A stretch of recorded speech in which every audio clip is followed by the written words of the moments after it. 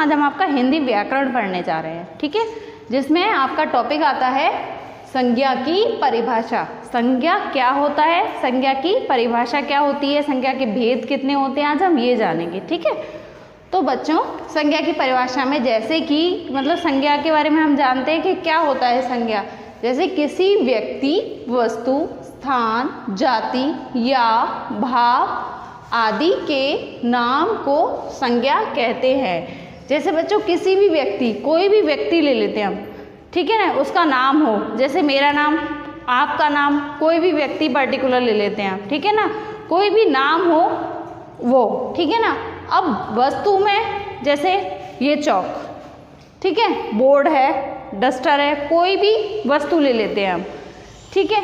उसके बाद आता है आपका स्थान। स्थान मतलब किसी भी जगह का नाम, किसी भी शहर का नाम, वो संज्ञा में आता है। जैसे कि आगरा, दिल्ली, गुजरात, कुछ भी मतलब शहर का नाम हो किसी का भी, वो संज्ञा में आता है, ठीक है।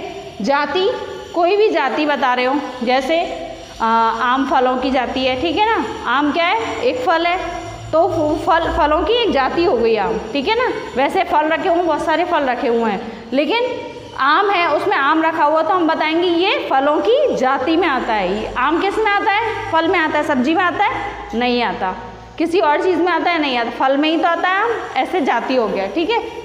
या भाव, भाव जानते हैं बच्चों, भाव क्या होता है, जैसे कि मौसम सुहावना है, ठीक है, तो सुहावना क्या हो गया, वो भाव हो गया।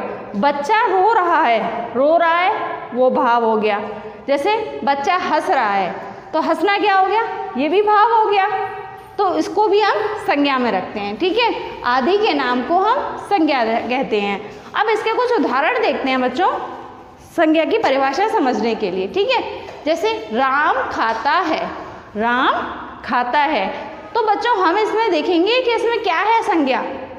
राम खाता है संज्ञा है, नहीं है भी नहीं है संज्ञा, राम संज्ञा है, तो इसमें मैंने अंडरलाइन कर दी। क्यों राम संज्ञा क्यों है, बताइए बच्चों, क्यों है राम संज्ञा? क्योंकि राम किसी व्यक्ति का नाम है, क्योंकि मैंने बताया था ना, व्यक्ति में किसी भी नाम ले लेते हैं, आपका हो, मेरा हो, किसी का भी नाम ले लेते हैं, तो राम किसी का नाम है, तो इस जो सेंटेंस में जो राम आ रहा है वो क्या है, एक संज्ञा है। क्या है, संज्ञा।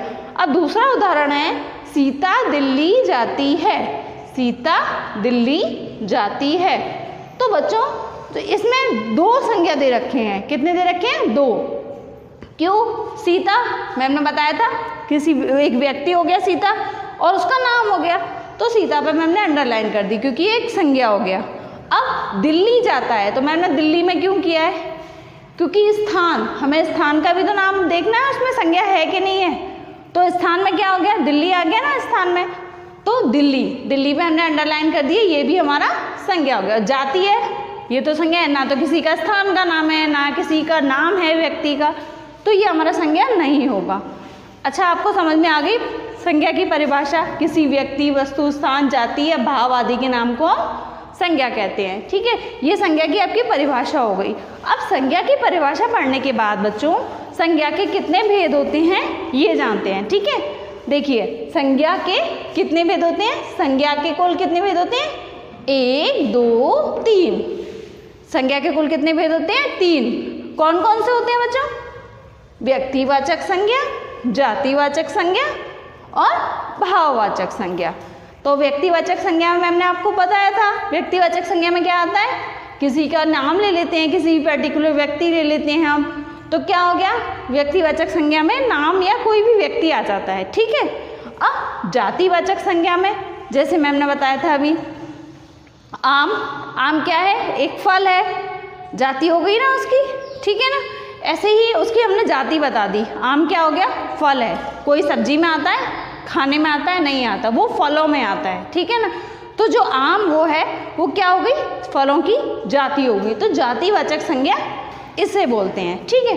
अब भाववाचक संज्ञा क्या होता है, जैसे कोई भी भाव हो, इमोशंस बोलते हैं ना इंग्लिश में, जैसे कि मौसम सुहावना है, बच्चा रो रहा है, जो रो रहा है आया ना, वर्ड वो हो गया हमारा भाव, क्योंकि रोना क्या हो गया, भाव हो गया।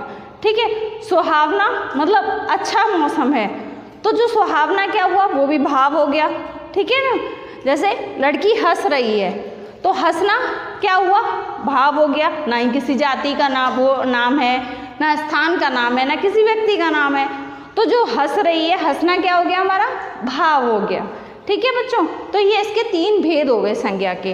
अब संज्ञा के 2 भेद आजकल और बताए जा रहे हैं। इंग्लिश भाषा ज़्यादा आजकल यूज़ की जा रही है ना, इसलिए उसमें 2 भेद और बताए गए हैं संज्ञा के। वैसे 3 ही होते हैं कुल, लेकिन आजकल 2 भेद और समझाए जा रहे हैं। वो कौन कौन से होते हैं वो भी देख लेते हैं हम। जैसे द्रव्यवाचक संज्ञा, क्या हुआ, द्रव्यवाचक संज्ञा। और 5th आया आपका समुदायवाचक संज्ञा।